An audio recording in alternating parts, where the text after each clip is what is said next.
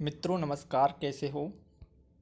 मित्रों, आपके जो लैब टेक्नीशियन हैं, स्टाफ नर्स है, फार्मासिस्ट है और भी सारे पद हैं, उनकी जो फॉर्म डेट है वो 10 तारीख से स्टार्ट होने वाली है। ठीक है, जो इसकी लास्ट डेट रहेगी 24 अक्टूबर तक इसकी लास्ट डेट रहेगी। तो इसमें 12th वालों के लिए भर्तियां हैं, उसमें क्या क्या सिलेबस रहेगा और जो सब्जेक्ट वाइज है, लैब टेक्नीशियन हुआ, फार्मासिस्ट हुआ, इन सब की अलग अलग रहने वाला सिलेबस। ठीक है, तो आप ये भ्रम ना रहे कि आपका 10+2 का रहेगा, क्योंकि यहाँ पर हर पोस्ट के हिसाब से आपका सिलेबस तय किया गया है। तो उसी के संबंध में आपको बताने वाला हूँ ये जानकारी। अगर आप चैनल पर नए हैं तो चैनल को पहले सब्सक्राइब कर लीजिए और बेल आइकन दबा दीजिए। साथ ही सबसे पहले बात करेंगे 12th जो भर्तियाँ अब 12th बेस हो रही हैं, यानी कि 10+2 अगर आपने बायोलॉजी से किया है, जैसे केमिस्ट्री, फिजिक्स, बायोलॉजी रहता है, तो आप उसका सिलेबस क्या क्या रहने वाला है। ठीक है, और जो आपका सब्जेक्ट है वो भी आपके अनुसार रहेगा, जो भी आपकी भर्ती है। तो कौन कौन से पद ऐसे हैं जिसमें जो 10+2 सिलेबस रहने वाला है और क्या क्या आने वाला है सिलेबस में, तो सारी जानकारी आपको बताने वाला हूँ। ठीक है, तो आप यहाँ पर देख पाओगे, मैं थोड़ा स्क्रॉल करूँगा, नीचे आऊँगा, यहाँ पर सबका दिया हुआ है। तो मैं थोड़ा नीचे आऊँगा, कुछ पद ऐसे हैं जहाँ पर केवल 12th पास मांगा है, तो उनमें क्या सिलेबस रहेगा और आपका सब्जेक्ट वाइज क्या रहेगा आपको बताने वाला हूँ। थोड़ा मैं स्क्रॉल करता जाऊँगा, यहाँ पर ये आपकी भर्तियाँ हैं, ये जिले वाइज भर्तियाँ हैं। तो जहाँ जहाँ पर आपसे जो योग्यता मांगी जाएगी उसके अनुसार ही आपको फॉर्म अप्लाई करना है। जैसे इसमें टोटल पद हैं 2150 पद हैं, आप सभी को पता होगा या नहीं पता, तो मैं आपको बताने वाला हूँ। यहाँ पर आपको टोटल 2150 पद हैं, इसमें कई सारे पद हैं। जैसे पद का नाम है स्टाफ नर्स, पुरुष staff nurse, ECG technician, radiography technician, lab attendant, radiotherapy technician, lab technician, OT technician, ये सब यहाँ पर पद दिए हुए हैं, बहुत सारे पद। ओटी असिस्टेंट, ओटी अटेंडेंट, जैसे मान लो ओटी अटेंडेंट है तो ये आपकी 12th बेस भर्ती है आपकी। ठीक है, यहाँ पर ओनली आपको केवल जो 10-12 रहते हैं, अगर आपने बायोलॉजी से किया है तो आप फॉर्म्स का अप्लाई कर सकते हैं। जैसे एक होता है जो ड्रेसर वाला है, ड्रेसर 1, ड्रेसर 2, ये सब भी ये 12th बेस भर्तियाँ हैं। ठीक है, तो कुछ भर्तियाँ ऐसी हैं जो 12th बेस है, वहाँ पर आप फॉर्म अप्लाई कर सकते हैं अगर आपने 12th किया है। तो जैसे मान लो स्टाफ नर्स है यहाँ पर, तो यहाँ पर इसने पूछा है आपके सामने योग्यता क्या रहेगी। भौतिक शास्त्र और रसायन शास्त्र, जीव विज्ञान के साथ 10+2 शिक्षा प्रणाली उत्तीर्ण होना चाहिए। साथ ही जो बीएससी नर्सिंग होता है वो होना चाहिए यहाँ पर। ठीक है, और जो आपको नर्सिंग काउंसिल में आपको पंजीकृत परिचार का आपका होना चाहिए। तो ये आपकी योग्यता रहती है। ठीक है, तो यहाँ पर ये सब पद दिए हुए हैं, आप अपनी देख लें। जैसे ओटी असिस्टेंट है, तो इसमें आपको 1 वर्ष का ऑपरेशन थिएटर का प्रमाण पत्र मांगा है, सर्टिफिकेट जो होता है। अभी डार्क रूम असिस्टेंट है तो इसमें भी आपसे मांगा है। अब मान लो जी ओटी अटेंडेंट है आपका, मान लो यहाँ पर ये पोस्ट कोड 008 है और कुल 16 पद है इसमें।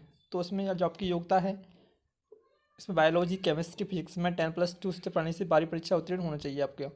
तो यहाँ पर जो सिलेबस रहेगा आपका 10+2 रहेगा, सिलेबस रहेगा। तो क्या क्या सिलेबस रहेगा आपको बताने वाला हूँ। तो अगर आपको पता है तो आप चैनल को स्किप कर दें और वीडियो को स्किप कर दें और आगे बढ़ जाएँ। ठीक है, तो मैं ये नहीं कहूँगा कि आप पूरा देखें वीडियो, अगर आपको अच्छा लग रहा हो तो ये देखें आप वीडियो पूरा, अगर आपको समझना हो आराम से। ठीक है, तो यहाँ पर आप इस श्रेणी को अच्छे से देख लें, आपकी जो भी योग्यता है, और पोस्ट कोड आपको भरना पड़ेगा वहाँ पर कि पोस्ट कोड आप किस इसमें अप्लाई कर सकते हो। तो आपके पास योग्यता हो उसी में आप अप्लाई करें। लेकिन यहाँ पर एक बात और बताई गई है, क्योंकि आपके पास अगर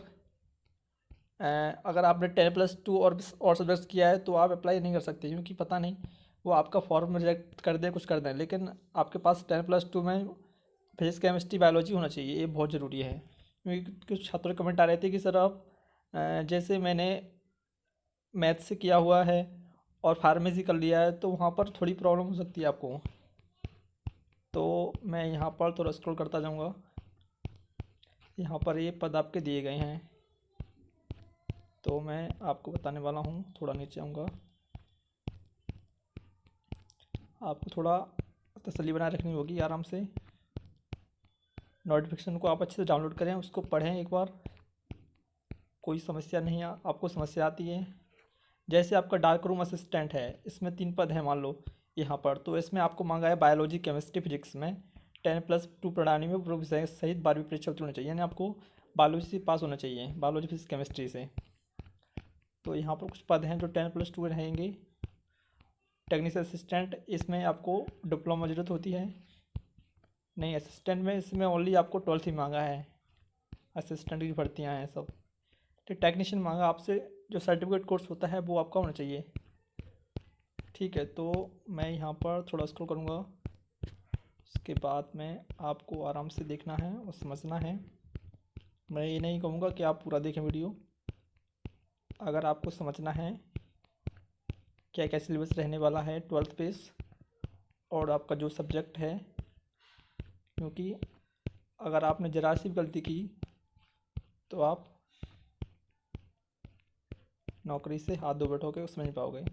तो आप वीडियो पूरा देखें, तभी आप कुछ कर पाएंगे। तो सबसे पहले मैं आपको बताने वाला हूँ उसमें क्या क्या सिलेबस रहेगा और कितने नंबर का रहेगा। तो साथियों, यहाँ पर आपका समान ज्ञान रहेगा, समान हिंदी, समान अंग्रेजी, समान गणित, समान विज्ञान, अभिरुचि, ये सब आपके रहेंगे 25 नंबर की। ठीक है, और उसमें जो आपका तकनीकी ट्रेड पर आधारित है वो आपका रहेगा 75 नंबर का। यानी मान लो लैब टेक्नीशियन भर्ती है तो आपका लैब टेक्नीशियन का यहाँ पर अलग सिलेबस दे रखा।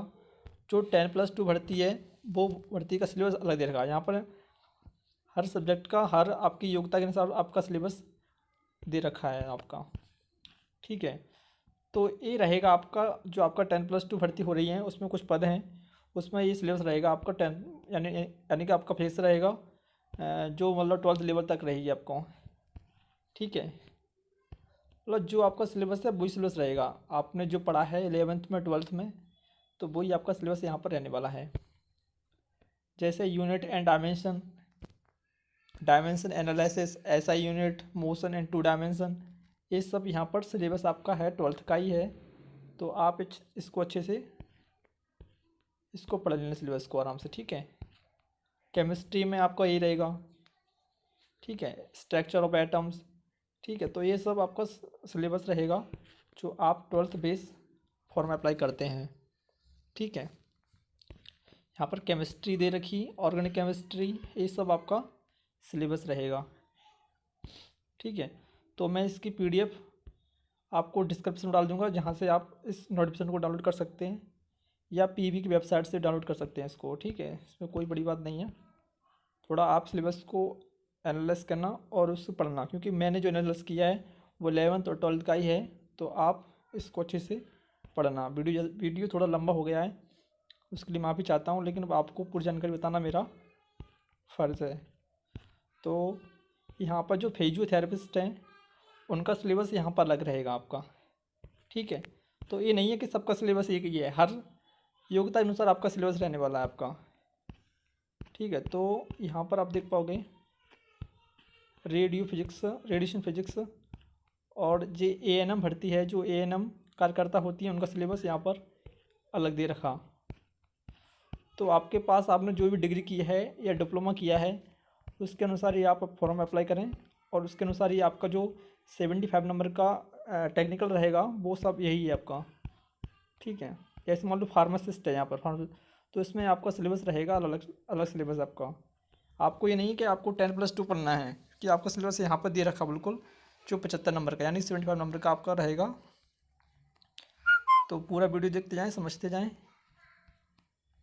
ठीक है, तो यहाँ पर रेडियोग्राफर का सिलेबस है वो यहाँ पर दे रखा। रेडियोग्राफर वाले जो बच्चे हैं वो इसका फॉर्म अप्लाई करेंगे, उनका सिलेबस इसको उनको पढ़ना होगा, वही आएगा 75 नंबर का। ये टेक्नीशियन, OT टेक्नीशियन है तो उनका भी यही सिलेबस रहेगा साथियों।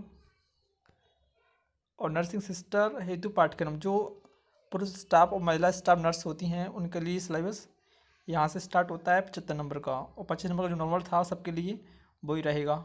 Medical, child health nursing, midwifery and ये सब सिलेबस आपका रहेगा साथियों। तो अगर आप चैनल पर नए हैं तो चैनल को सब्सक्राइब कर लीजिए। और ईसीजी टेक्नीशियन कोर्स ये सब रहेगा, आपका सिलेबस रहेगा। जो टेक्नीशियन वाले बंदे हैं, जो छात्र टेक्नीशियन वाले हैं, वो इसका सिलेबस की तैयारी करेंगे, उसको पढ़ेंगे, तभी उनका पेपर निकल पाएगा, क्योंकि सिलेबस यहाँ पर बिल्कुल क्लियर करके उन्होंने दिया है। ठीक है, तो यहाँ पर आप देख पाओगे एक इसका है, यहाँ पर स्पीच थेरेपिस्ट है, तो यहाँ पर स्पीच थेरेपिस्ट की ये सिलेबस है, इसको पढ़ना है स्पीच थेरेपिस्ट वालों को। ठीक है, तो मैं सबको नहीं बता सकता, लेकिन आराम से आपको इसको बता रहा हूँ कि ऑप्टोमेट्रिस्ट सिलेबस है, रेफ्लेक्शनिस्ट जो भर्ती होती है, डिप्लोमा होता है, उसका ये सिलेबस है। डायलिसिस टेक्नीशियन सिलेबस है, उसको पढ़ना है इन बच्चों को। ठीक है, तो मैं बताने वाला हूँ जो 10+2 भर्ती है या 12th बेस भर्ती रहेगी, वो कौन कौन सी भर्ती है, जहाँ पर ये भर्ती आपका 10+2 रहेगा सिलेबस। ठीक है, तो एक इसका है यहाँ पर एनेस्थीसिया टेक्नीशियन सिलेबस दे रखा, और डेंटल टेक्नीशियन, सबका यहाँ पर अलग सिलेबस है साथियों। ठीक है, तो मुझे थोड़ा नीचे आना होगा। Theory of cardiac theory technician ये भी रहेगा, जो कार्डिक वाले बंदे हैं। ठीक है, एक इसका था, ये था आपका सहायक पशु चिकित्सा अधिकारी, तो ये उसका सिलेबस है, तो इसको आपको पढ़ना है ना, अगर आपके पास इसकी योग्यता है तो। ठीक है, तो मैं बताने वाला हूँ आपको। अब ये जो पद हैं, lab attendant, dark room assistant, dresser grade 2, और D section hall attendant, technician assistant, technical assistant, और dresser OT attendant, OT assistant, ये सब जो पद हैं इनके लिए सिलेबस रहेगा आपका 10+2 सिलेबस रहेगा आपका। यानी जो मैंने आपको पहले बताया था सिलेबस, फिजिक्स केमिस्ट्री बायोलॉजी, वो आपका रहेगा 10+2 सिलेबस रहेगा। तो आपको 11th और 12th की किताबों को अच्छे से पढ़ना है, उनको समझना है। ठीक है, तो बस आपको तैयारी करना, आपके फॉर्म स्टार्ट होने वाले हैं। अगर आपको जानकारी अच्छी लगी हो तो चैनल को सब्सक्राइब कर लीजिए और बेल आइकन जरूर दबा दीजिए, और दोस्तों के साथ इसको शेयर कीजिए। ठीक है, तो बस आपका सपोर्ट चाहिए। चैनल को सबसे पहले वीडियो को लाइक कर दें और शेयर कर दें। ठीक है, धन्यवाद दोस्तों।